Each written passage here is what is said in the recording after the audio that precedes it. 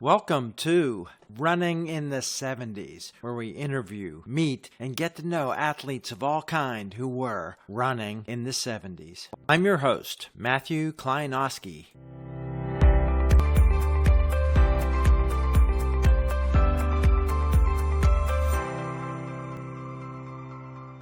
You can't fit Lazarus Lake into just one episode, so we split it into two. Here is part 2 with Lazarus Lake, Gary Cantrell, Ultrarunning Hall of Fame member, creator of the Barkley's Marathon and the Backyard Ultra. Enjoy. Today on the podcast, we're in Tennessee with the 24th member of the Ultrarunning Hall of Fame. He's a legend. He's got a lot of names and nicknames. One of my favorites, some people call him the Da Vinci of pain. But he is not all just about pain. He's about inspiration and a long career, giant impact on the sport of running and ultra running. Today, welcome on the podcast, Lazarus Lake. Good morning, Gary. Good morning. I hardly recognize the introduction. We don't deal in pain here, but there may be some discomfort involved. I want to ask you about that idea of adaptability and you with the family competitive gene moving into all this race directing. How does that factor into how you organize this and how you deal with the personalities of ultra runners?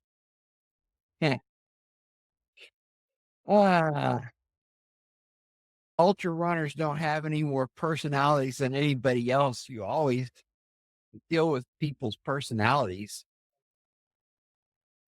I don't guess I really think of there as being anything special you do. The field for the Barkley, it's a very select group of runners. They don't all have the world-class chance to finish, but they all have a lot of skins on their wall. There's a bunch of things that go together in how it works. The trail itself can handle, based on us going out after the race over the years and really seeing what happened, that we can handle X number of loops without having a permanent impact on the trail. Then we look at the campground. Since now everybody has a crew, because anyone that's going to run, everybody they know wants to come and be the crew so they can be there. So they're limited. You have one person and one crew. And so we can take 40 people in the campground. It's overcrowded since we're all there for a mutual goal, and we have a lot of commonality to what we're wanting to do and the routine and schedule we'll be following. So we squeeze the 80 people into the campground. But if you had 40 top runners, it would be too many laps. Right. We want to give the maximum number of people an opportunity that we can. And it really works out good that you can look back across this and you can say, this guy's too old. He's not going to make it. Or this guy, the different reasons that you think most people don't have all those magic qualities that you think they can make it. So you can get and have a variety of people. We break the field down into 50% North America, 50% the rest of the world. It's this percentage of elite, meaning people whose background indicates they have a chance to finish the 50, or the 100, the full 5 loops, all the way down to the people that you think, yeah, he's 67. He'll be really lucky to finish one loop. But when you add all these loops together, it comes in within the number of loops that we want on the course. You don't do a perfect job of categorizing them. John Fegge was, from the movie's fame, was a guy you had pegged that maybe he had the potential to do a fun run. Well, he didn't. He finished the whole thing. And then you have other people you think, oh, they could do a fun run, or they can make a run at the 100 and up there, and they don't have all of the skill sets that they need. And they get out there and they struggle to make it a late. And No, obviously, there's no exact description of someone who runs the Barkley or finishes the Barkley. Now we've got tens of thousands of people going to big international marathons. How competitive is it to get into the races, let's say the Barkley or the Jim? the Barkley, before the movie, it would never accommodate all of the people who wanted to run. The movie had made it better, but the number of serious applicants really, on a scale of things, didn't change that much. I've had a lot of people, and this seems to be really the year for it, that came and said that movie is what inspired you. I meet them at ultras, and they're running ultras, especially the BFC, the Fall Classic. And they say, oh, that movie was what inspired me to run ultras. Now they've become an accomplished ultra runner, and they say that the funny thing is, along the way, it's no longer a race I want to run because I realized I couldn't finish it. Wow, yeah. But it broke down the barrier mentally to saying, I could do that. I want to do that. And then, of course, something that you look at from the outside and aspire to, when you're inside doing it, you find it's different than you thought. They find what they were looking for and doesn't have to be the Barkley, which is a good thing because there's only so much Barkley. But Yeah. people will enter that will never get in because we put some randomness to it, but the numbers are just too big. Yeah.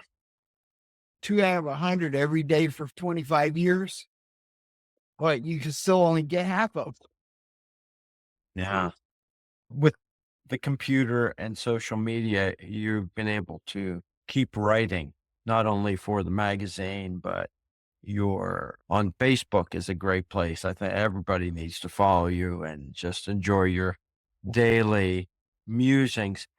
I think you probably picked up a lot of followers with the last Continental thing. And let's talk about the LasCon, the first. How did you come to decide I'm going to cross the country? People ask that, and I'm unable to fathom the question. Have you not ever seen a map?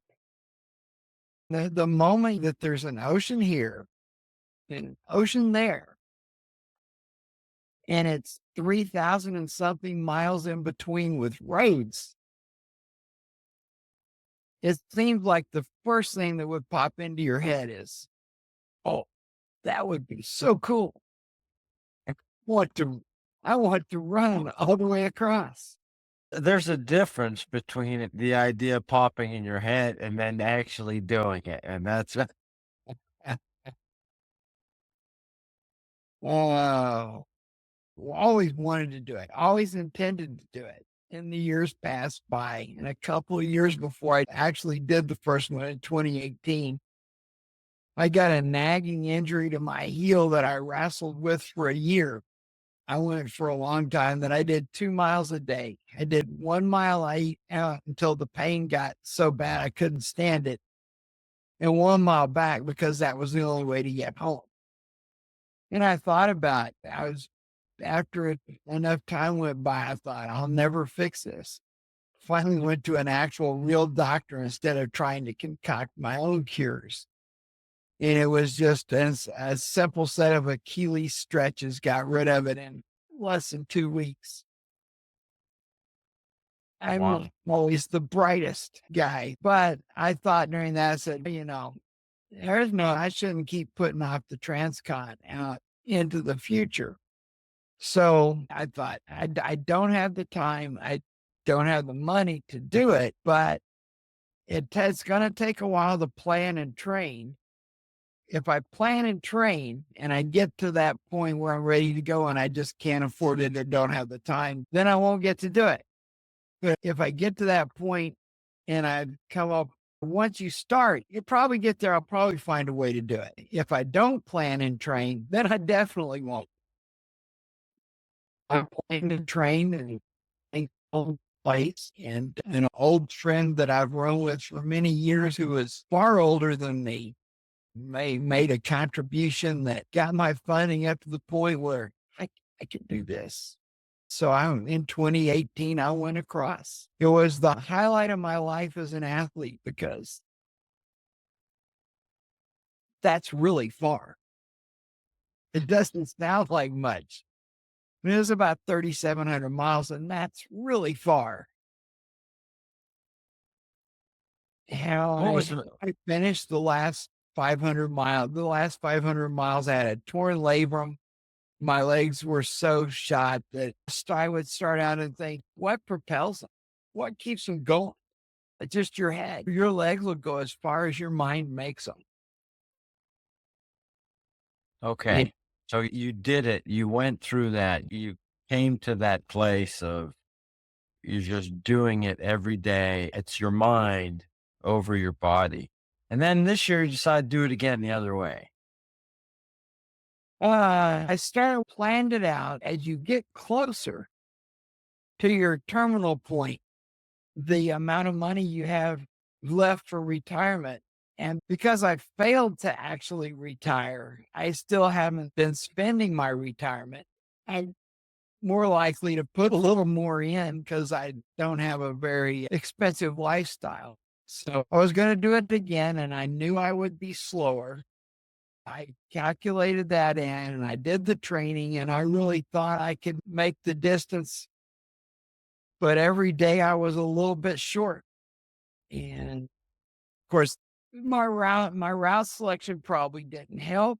I hit West Virginia right off the bat. And yeah, I know you've always heard that West Virginia is really flat, but that isn't actually a fact.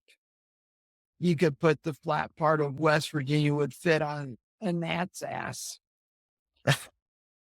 Let's talk about mileage to just put this in perspective for people. Originally, it was 30 some miles a day, and you knew you were going to be lower in the 20s this trip, right? Yeah, I knew I would be a lot less. And I had committed to sitting down every night for an hour to write about what happened that day. Anyone who's done it can tell you they went in with the idea of keeping a journal. It's the first idea you have to scrap because that you find out a transcon consists of 24 hours every day. This year, I'm coming out 1 or 2 miles short every day of what I need. It's not very far, and it's not like I couldn't walk 1 or 2 more miles, but all 24 hours are used. If I walk 2 more miles, then I have another hour before I stop, and an hour later when I get to eat, and an hour later when I get to a room, and an hour later when I get in bed. You have to get your sleep if you're going for months on end. You could do a few weeks, maybe, on a sleep deprivation, but you can't go that long. So you can just get so much in a day. And I couldn't get enough, and I miscalculated everything. And I told people I knew there's a range of distances. I thought I could cover this much, but being conservative, maybe this much. As you go further along to a wider and wider space you'll be in, I had lined up crews. Pretty soon I was too far away for the crews to come get me. I was using too much time. The whole schedule fell apart. I can look ahead and see. And they did have early snow in the western mountains, the ones on the California-Nevada border, the Sierras. Sure. We had early snow on the Sierras, so I wouldn't have got through the pass I planned to cross through. So I tried everything I could think of to get enough miles and just couldn't do it. You adjust, and I looked and I said, I really wanted to go to visit my parents' graves on the way across. and then the Andy Payne statue in Foyle, which is only a few miles further.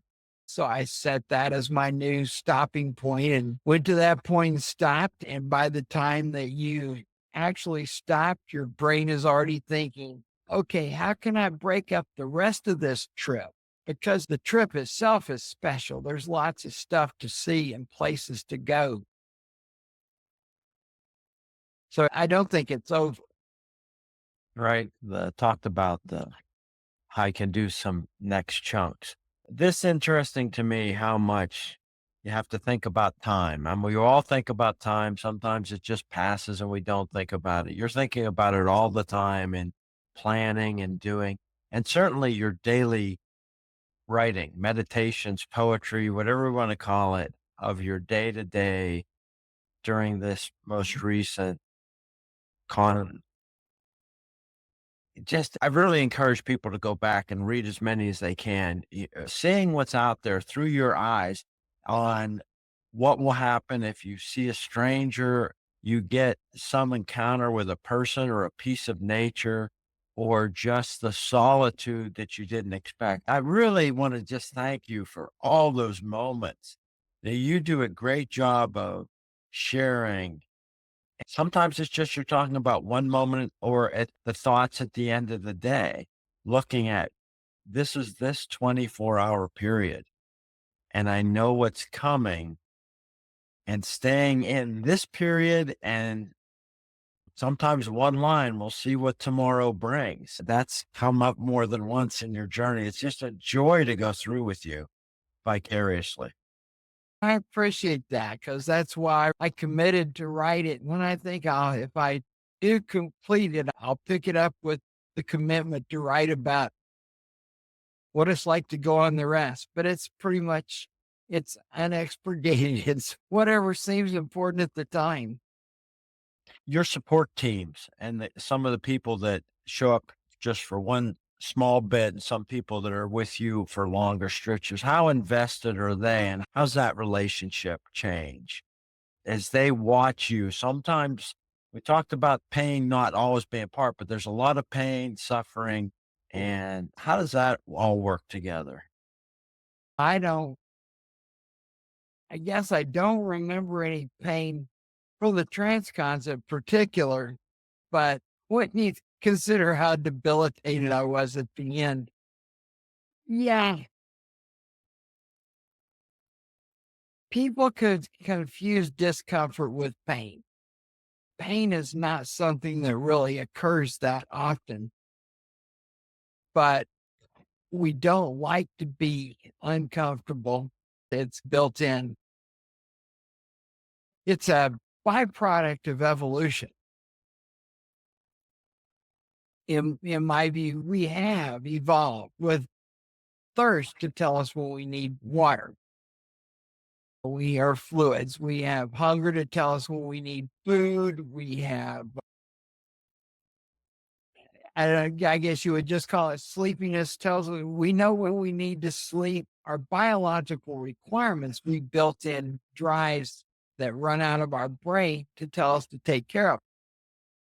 Over that 3 million years, it was never really necessary to build a drive for physical activity. Physical activity was guaranteed because it was the only way you could meet the other requirements. So instead, we have built into us really a desire for comfort, a desire for ease.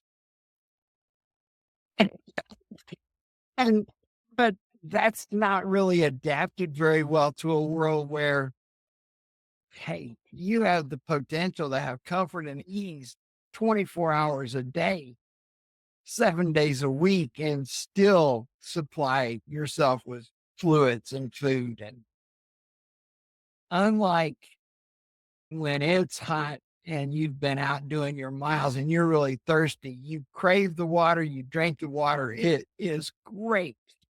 When you've been sitting around the house for a whole day, you really just need to get up and get the blood flowing. You don't really have a desire to do that. I think every runner, surely will tell you that the hardest part of every run is going out the door. When you get back, you feel great because it was what you needed. But and you still have the inclination to that comfort. And so we kind of redefine things and we put a whole bunch of things under the category of pain that are really just mild discomfort. So we haven't evolved to seek out discomfort. And yet you have accommodated and made it possible through your races for people to find all kinds of levels of discomfort and see what their limits are. It's like the daily runs. Eventually you realize that once you get out the door, it's just going to get better and better. Uh, and people are driven. Every animal disperses. That's how they get to all the places they can be. That's why you see snapping turtles crossing the road, unfortunately, in the summer. We see bears periodically around here because the bear population is healthy, where there is actual habitat for bears. Then in their search for dispersal, bears wander out this way, wondering if there's a good place to live. They need to get the internet. They could Google it and not get run over. But that's another story. Teaching bears to Google. I wanted to ask you also a little bit about you've coached, mentored lots of people. If the question makes sense, some people, as we've got the whole full range of personalities and people that get involved in your races, some of them view success and failure and completion probably different than you do. How do people come to you and say, okay, I failed. Okay, I didn't do what I wanted? Or do you play that role with some of these athletes before, during their insecurities or the results? What's your role in that as a race director and a mentor to people? The role as a race director is easy. Provide a venue for people to find greatness in themselves, to make their own discoveries. It's the drive for exploration is what drives people to do these kind of races. We have a natural desire to explore the world and disperse ourselves, but there's not much of the physical world left to really explore. But there's unlimited inner space. One of the beauties of the backyard is they can go as far as they want to go as long as there's someone else to go there with them. Any of these races, you find out things about yourself, mostly in terms of finding out that you're a lot more than you thought you were. You start out and you're young and you look at it and you think, I could run across the whole country. And you spend enough time on your couch, you start to roll that back in. You think, yeah, I bet I could run across the state. And then, man, well, across the county or across cities, or I think I want to drive to the mailbox. People, they sit and let their world shrink around them when the people that just get off can just make that first push. So these people already are driven to move on. Now you talk to people who are less experienced and you're more experienced. And you may have noticed that the world is increasingly populated with less experienced people. Matter of fact, almost everywhere you look, there's somebody doing a job that they're way too young for. Right. How can these people be doctors and policemen? They're just kids. So sometimes you're more reaffirming probably what's in their own mind. If any of that makes sense. Of course it does. And your perspective on all this is great. A lot of people who listen to this have been competitive runners or journalists across many decades, and we all go through these transitions with new insights gained, having experienced and then seeing a little bit of ourselves in all these people that are going through some things we did differently because the world changed along with us. What about the future? You're such a iconic figure and have affected so many people into the sport of ultra running, even if they've never participated in maybe one of your races, just seeing a movie about it or talking with you. What what is your tie to these races after we all move on and can't do it anymore? I've been working with Carl Laniak on the Barkley, and then also the last annual races, the big long journey races, because I think that they're worth continuing. And obviously, everything is finite, and that includes us. But yeah, if you had something like the Barkley and it's worth going on, it's going to go on. But if I just go along until one day I can't do it or one day I die and then someone picks it up, it's a disjoint. So we started a few years back on the Barkley, and then he would work with me. We would do stuff together. Then I would hand pieces of the race preparation off to him so that he still had the benefit of all the years of experience, but on a really increased decisions.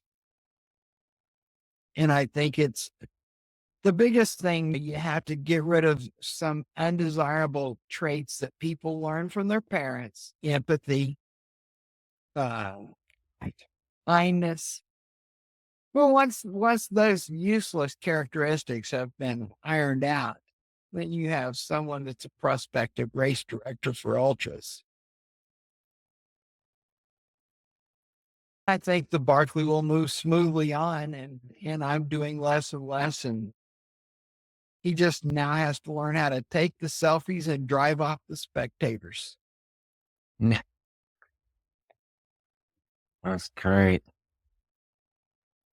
The change in the sport, how do you feel about you and your impact as opposed to just what you've gotten out of it? How do you reflect on the impact it's had on the running world, on the sport, and on individuals? We'll put it in, you watched the Olympics and you said, I have a dream. Can you relate to that? That's what these people are doing when they encounter the opportunities you provide. If I hadn't done it, someone would have. It just turned out I was fortunate enough to get to be there for a lot of things.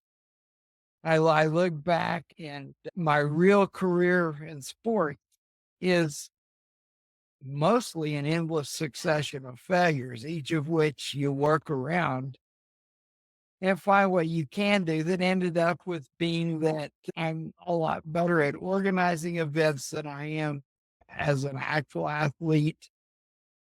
I had more to offer as a coach than as a player.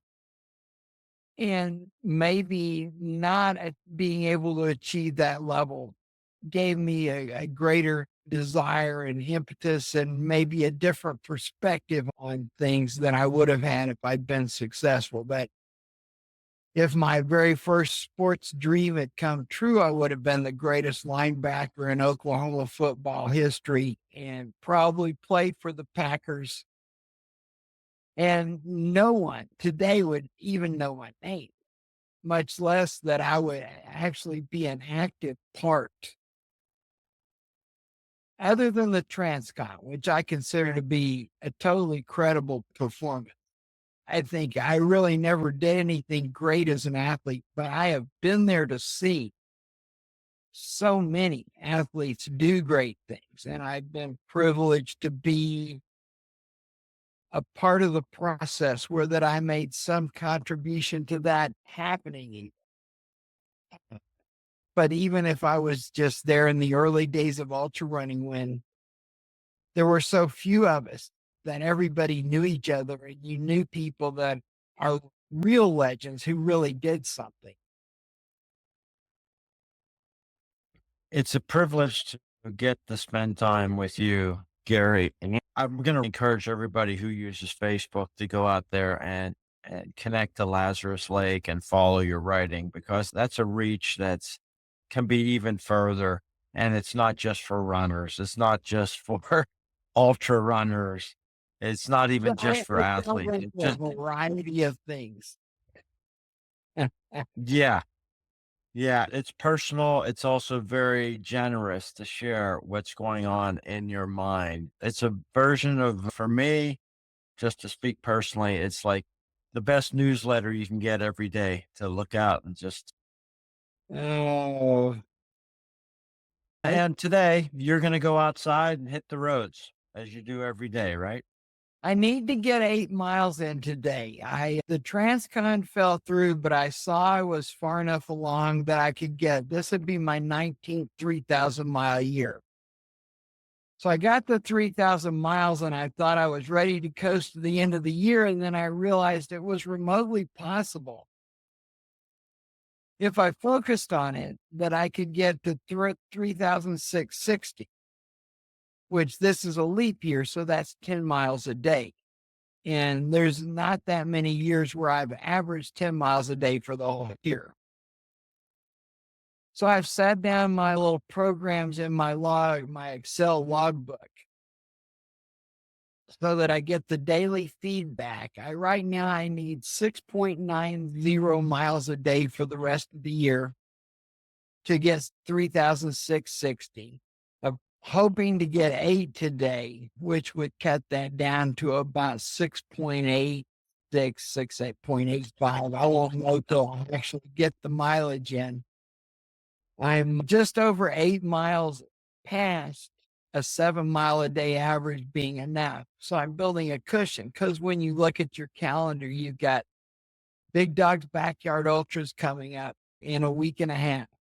And I'm not going to get squat for miles during that. So I have to build up a cushion.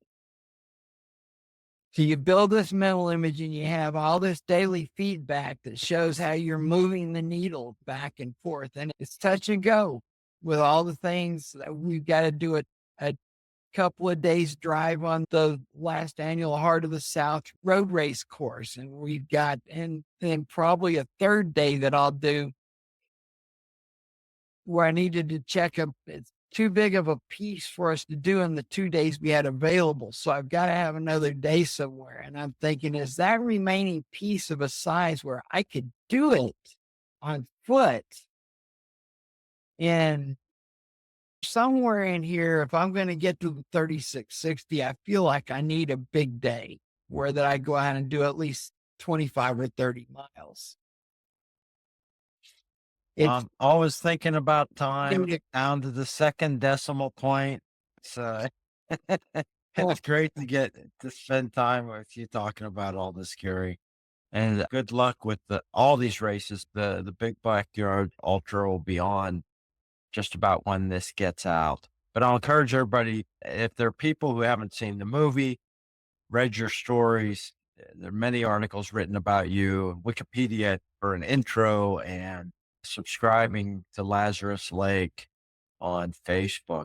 It's just what I recommend for everybody. What's the last things you're going to be doing now? Just give us an insight into a race director of such a worldwide event. What's going to happen? What do you got to do now? Just a glimpse between now and the next 10 days. It's a mix, because it's trying to accommodate all the things for the broadcast. Almost every race will have their own live stream. And we're doing a broadcast. We got Fabian Duflos and his team coming in because they're the best. We'll broadcast, we'll be live streaming from the US team and broadcasting over this 63 team competition around the world.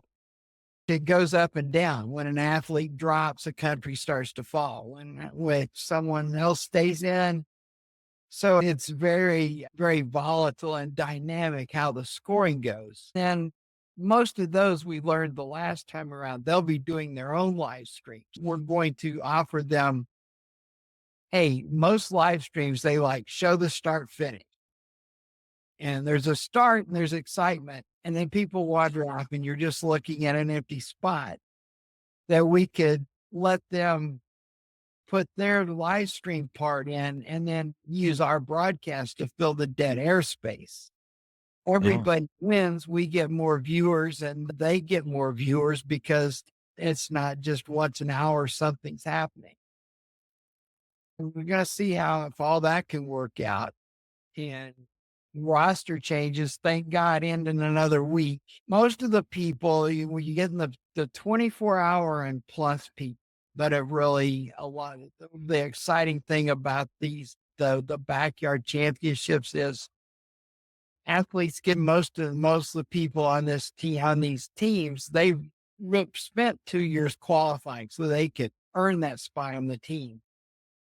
Some of the smaller countries, you get in part of the team, it's just a thing they can just do because it's there. So they're on and off the roster a lot easier. The ones at the top are only off the roster if they get hurt.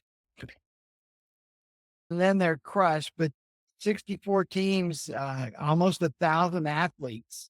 So every time one of them changes, you got to go in and juggle it around. Thank God that ends this Saturday.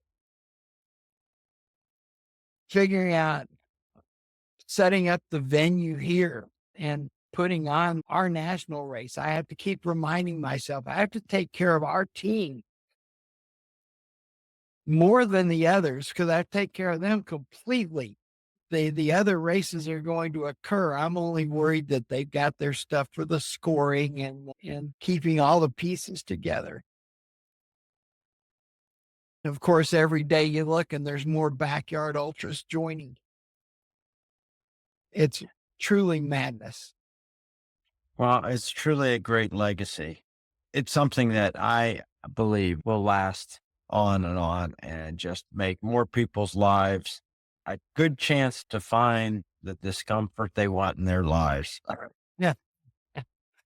Yeah, that's what I was going to say. Continue my lifelong goal of creating discomfort for people.